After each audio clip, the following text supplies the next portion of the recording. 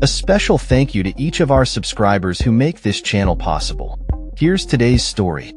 In a dramatic escalation of tensions in Los Angeles, President Donald Trump has ordered the deployment of 2,000 members of the National Guard to the region without the consent of California Governor Gavin Newsom. This unprecedented move comes amid ongoing protests against coordinated immigration raids that have sparked outrage among local residents.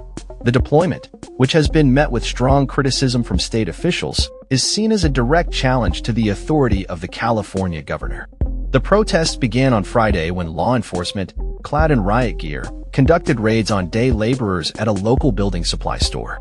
These actions, described by many as a military-style operation, have raised serious legal and ethical questions about the Trump administration's approach to immigration enforcement. The Department of Homeland Security reported that over 100 undocumented immigrants were arrested during the raids, which were carried out without judicial warrants, according to legal observers and civil rights organizations. As news of the raids spread, residents in southern Los Angeles took to the streets to express their anger, leading to confrontations with law enforcement in the cities of Compton and Paramount. While the Los Angeles Police Department reported that Saturday's demonstrations were peaceful, clashes erupted in nearby areas, resulting in the use of tear gas and flashbangs to disperse crowds.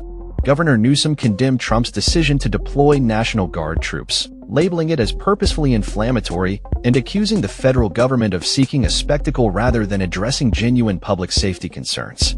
"This is not a shortage of law enforcement," he stated, emphasizing that local authorities had not requested federal assistance. Trump's directive to federalize the National Guard raises significant legal questions. Traditionally, the deployment of National Guard troops is under the authority of state governors, who can call them into action during emergencies such as natural disasters or civil unrest. However, the president can federalize the National Guard under specific circumstances, including insurrections and civil disorder, but this is a politically sensitive and rare action. In this instance, Trump did not invoke the Insurrection Act but instead cited a provision of the U.S. Code on Armed Services, which allows for federal command of National Guard troops when there is a perceived rebellion against federal authority. Critics argue that Trump's actions lack a solid legal foundation, as the law stipulates that such orders should be issued through state governors. Legal experts, including civil rights attorney Robert Patillo, predict that Trump's order will face challenges in court, particularly since Governor Newsom has not requested federal troops. Historically, federal troops have been deployed in response to civil unrest only with the consent of state leaders. In 2020, Trump threatened to invoke the Insurrection Act during protests following George Floyd's death, but ultimately opted for a different approach. This time, however, Trump has made it clear that he will not wait for state leaders to request assistance. During his campaign trail in Iowa, he stated, "The next time, I'm not waiting." The president's rhetoric has further inflamed tensions as he criticized California's Democratic leadership, labeling Governor Newsom and Mayor Karen Bass as incompetent for their handling of the protests and unrest.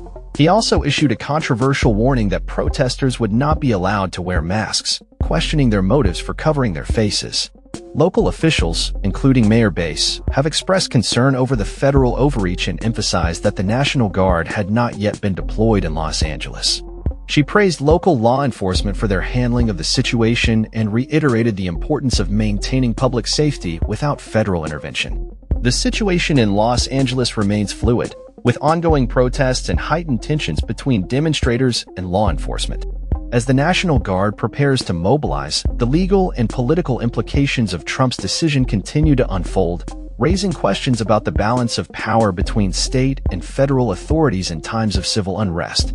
As events develop, the nation watches closely, aware that the outcomes of these confrontations could have lasting effects on the relationship between federal and state governance, as well as the ongoing discourse surrounding immigration policy and civil rights. That's all for this story. We upload videos every day covering many different subjects, so hit that subscribe button to stay informed. Thanks for watching.